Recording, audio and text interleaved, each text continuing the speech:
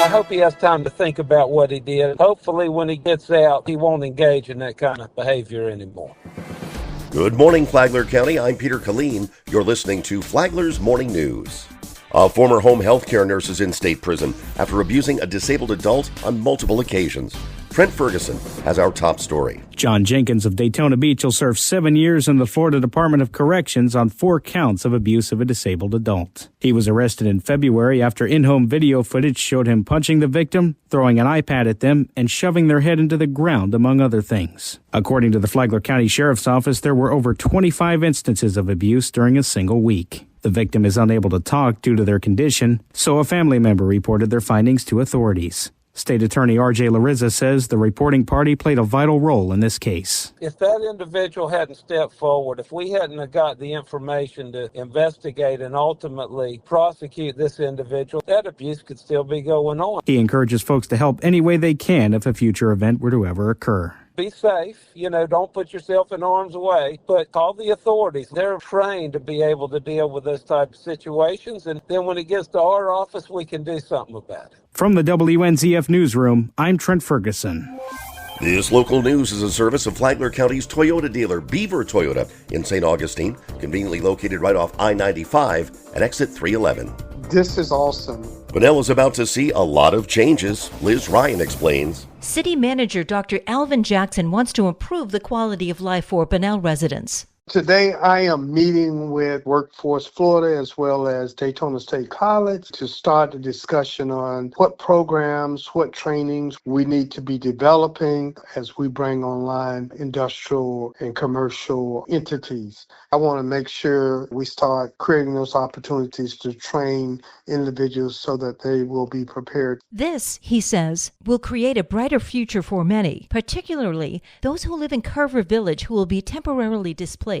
We should be providing additional support systems like job training, creating job opportunities. As they take advantage of those opportunities and make more money, my hope is for them to eventually become homeowners. The Housing Authority plans to demolish the 132 units in Carver Village. This is a public housing project that was built in the 50s, has not been updated. What they are looking at doing in a phased approach, building new multifamily unit. They won't be so what I call stoic and institutional looking. It will create more of a community home environment for those that need public housing assistance. Where will the current residents live during construction? They will utilize the vouchers. They can move anywhere throughout the community. Flounder lovers, rejoice! The season for recreational harvest of flounder opens today. Your catch must be at least 14 inches long, and there's a 5 fish per person per day limit. Fishing rules are vigorously enforced here in Florida, so don't take a chance. Go to myfwc.com/marine and see all the recreational regulations right there. From the WNZF Newsroom, I'm Liz Ryan. Flagler County Administrator Heidi Petito gives us a look at today's commissioners meeting. We've got a rather lean agenda, but we've got some interesting things that we're covering. This morning, we're going to hear from our investment folks at PFM Financial. They're going to be giving an annual report to our board, letting them know how we're doing in our financial portfolio. SMA Healthcare will be there to give a presentation on all the exciting programs that they're providing to our Flagler County residents. We also have the delivery of some fire apparatus that we actually purchased 3 years ago, but it took that long to show up. So we've got some rescues that we're taking delivery of, and we're also going to be making some new purchases to expand our fleet. And then we also have a water tender, which is for fire rescue.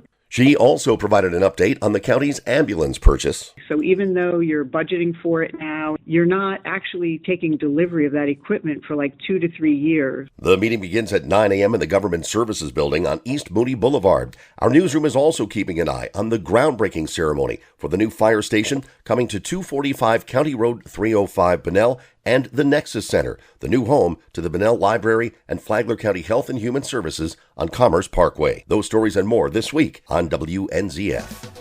And now you're up to date on Flagler's Morning News. I'm Peter Killeen.